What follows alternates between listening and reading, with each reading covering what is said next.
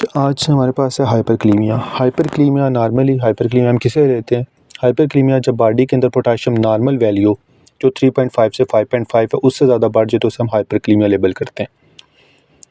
Causes में हमारे पास 3 causes आ सकते हैं, या तो बॉडी पोटाशियम को बहुत ज़्यादा इनटेक कर रही है, पोटाशियम को एक्सीड कम कर रही है, या पोटाशियम के जो मेन डिपॉजिट हैं सेल के अंदर वहाँ से पोटाशियम किसी भी काज की वजह से निकल के प्लाज्मा ब्लड स्ट्रीम के अंदर आ रहा है। तो यही 3 काज होते हैं जिसकी वजह से हाइपरक्लीमिया बॉडी के अंदर डेवलप हो सकता है। पहला काज ये है कि एक्सक्रीट कम है, तो उसमें रेनल फेलियर, एक्यूट और क्रोनिक किडनी फेलियर उसकी वजह से है। दूसरा, हमारे पास मेडिसिन कुछ ऐसी हैं जो बॉडी के अंदर पोटाशियम के डिपॉजिट को बढ़ा देती हैं सेल ब्लड के अंदर। डिजिटॉक्सन है, डिजॉक्सन, उसकी वजह से हाइपरक्लीमिया हो सकता है। और हमारे पास स्पाइरोलेक्टोन है।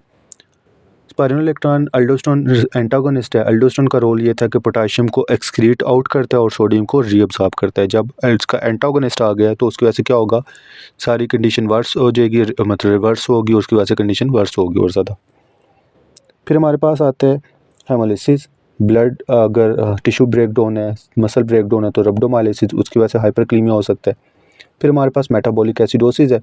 नॉर्मली क्या होता है कि मेटाबॉलिक एसिडोसिस में जब हाइड्रोजन आयन की कंसनट्रेशन बढ़ती है तो हाइड्रोजन आयन क्या करता है, पोटाशियम के साथ एक्सचेंज करता है। सेल के अंदर पोटाशियम है, सेल से पोटाशियम निकल के ब्लड की तरफ आएगा और ब्लड से हाइड्रोजन जो है वो सेल की तरफ आ जाएगा। मेटाबॉलिक एसिडोसिस में बेसिकली पोटाशियम और हाइड्रोजन एक्सचेंज होते हैं। इन काजेज़ की वजह से बॉडी के अंदर पोटाशियम बढ़ता है, और पोटाशियम बढ़ने की वजह से साइन सिम्टम्स ये होंगे कि इनिशियली पेशेंट को मसल वीकनेस होगी, मसल वीकनेस के साथ हाइपरफ्लेक्सिया होगा, रेस्पिरेटरी फेलियर हो सकता है। जो इसमें क्लिनिकल साइन सबसे कॉमन होता है वो ब्रेडिकार्डिया होता है। एक पेशेंट को ब्रेडिकार्डिया है, पेशेंट की ईसीजी में चेंजेस हैं, पेशेंट AKI का है, CKD का है, तो उसमें आपके पास ये हो सकता है कि हाइपरक्लीमिया की वजह से ब्रेडिकार्डिया मोस्ट जो इसका इंपॉर्टेंट सिम्टम साइन है वो ब्रेडिकार्डिया। ब्रेडिकार्डिया के बाद कार्डिक एरिथमिया तो कार्डिक अरेस्ट हो सकते हैं। एक पेशेंट का पोटाशियम लेवल 6.5 से ज़्यादा आ गया, 5.5 से ज़्यादा, तो उसमें आपके पास सबसे इंपॉर्टेंट चीज़ जो होती है, सबसे ज़्यादा कंप्रोमाइजिंग हमारे पास हार्ट होता है कि हार्ट में पोटाशियम लेवल बढ़ने की वजह से एरिथमिया के चांसेस बढ़ जाते हैं। हार्ट में हमारे पास जो PQR वेव है ECG में, उनमें चेंजेस आना शुरू हो जाती हैं। सबसे पहली चेंज जो हमारे पास ECG में आती है, टॉल पीक वेव आती है सबसे पहले, उसके बाद वाइड और फ्लैट होती है आपके पास P वेव।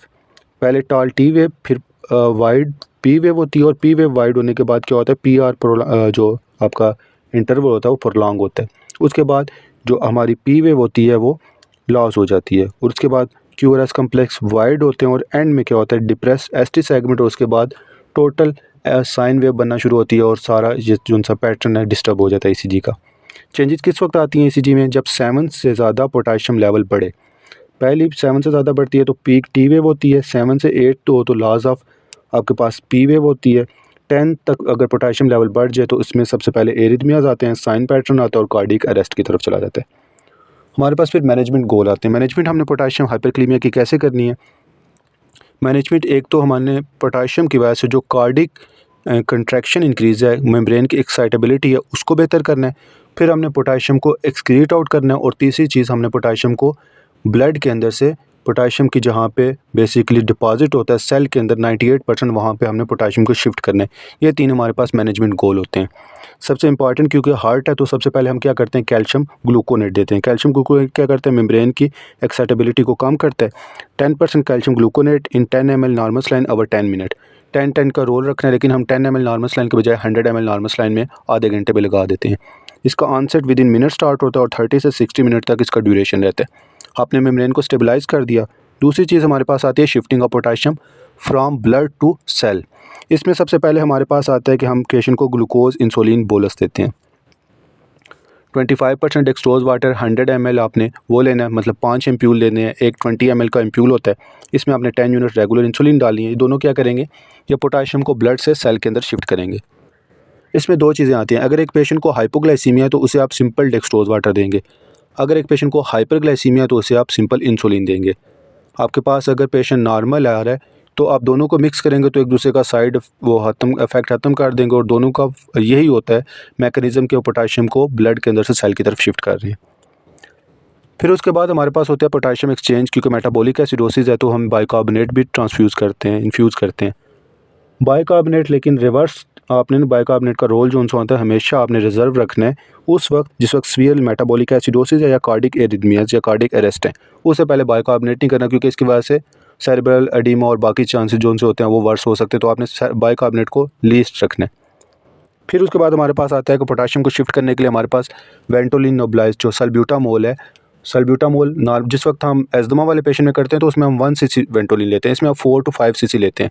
इसी में हमें पोटाशियम की शिफ्ट करने के लिए हाई डोज वेंटोलिन की ज़रूरत होती है। तो आप बेसिकली 20 मिलीग्राम या 4 cc वेंटोलिन के साथ पेशेंट को नोबलाइज करते हैं, जो क्या करता है पेशेंट के पोटाशियम को ब्लड के अंदर से सेल की तरफ शिफ्ट करता है। सबसे पहले हमने मेम्ब्रेन को स्टेबलाइज किया, फिर हमने पोटाशियम ब्लड के अंदर से सेल की तरफ शिफ्ट किया। उसके बाद हमारे पास आता है removal of potassium. Removal of potassium हमने कैसे करना है, हम या तो पेशेंट को डायूरेटिक्स देंगे फ्यूरोसिमाइड, ठीक है 80 to 100 मिलीग्राम, वो पेशेंट के यूरिन आउटपुट के ज़रिए पोटाशियम को एक्सक्रीट करेगा ब्लड उसके पानी के साथ साथ। लेकिन अगर एक पेशेंट एन यूरिक है तो एन यूरिक पेशेंट में आप फ्यूरोसिमाइड तो नहीं दे सकते, तो उसमें आप क्या करते हैं डायरेक्टली डायलिसिस की तरफ चले जाते हैं। उसके बाद हमारे पास गट के अंदर जो पोटाशियम है तो उसके लिए हम पोटाशियम बाइंडर देते हैं, ठीक है। उसमें हमारे पास किया ऑक्सलेट के नाम से एक रेज़न आता है, ये 50 ग्राम का साशे होता है। पेशेंट को आप स्टैट भी देते हैं, TDS भी देते हैं क्रोनिक केसेस में, और साथ आप डुफ्लेकनीमा या क्लिनिनीमा पेशेंट को करते हैं कि पोटाशियम के ऑक्सलेट के साथ पोटाशियम बाइंड करेगा गट के अंदर से, उसके बाद एक्सक्रीट आउट हो जाएगा। जब एक पेशेंट हाइपरक्लीमिया के साथ आता है सबसे तो पहले तो आपने देखना है काजेज़ क्या है, पेशेंट की मेडिसिन हिस्ट्री देखनी है, AKI है CKD है, पेशेंट को सिम्टम्स क्या आ रहे हैं, फ़ौरन से ECG करवानी है, और कैल्शियम ग्लूकोनेट का रोल आपने सबसे पहले कैल्शियम ग्लूकोनेट, उसके बाद बाकी चीज़ें। 30 मिनट तक कैल्शियम ग्लूकोनेट का रोल है, उसके बाद आप साथ नोबलाइज करें, ग्लूकोज वाटर दें और बाकी चीज़ें देखें। हाइपरक्लीमिया बेसिकली सबसे इंपॉर्टेंट चीज़ जो याद रखने वाली चीज़ है वही है कि आपने मेम्ब्रेन की एक्साइटेबिलिटी को कम करना है, एरिथमिया से पेशेंट को रोकना है, बस।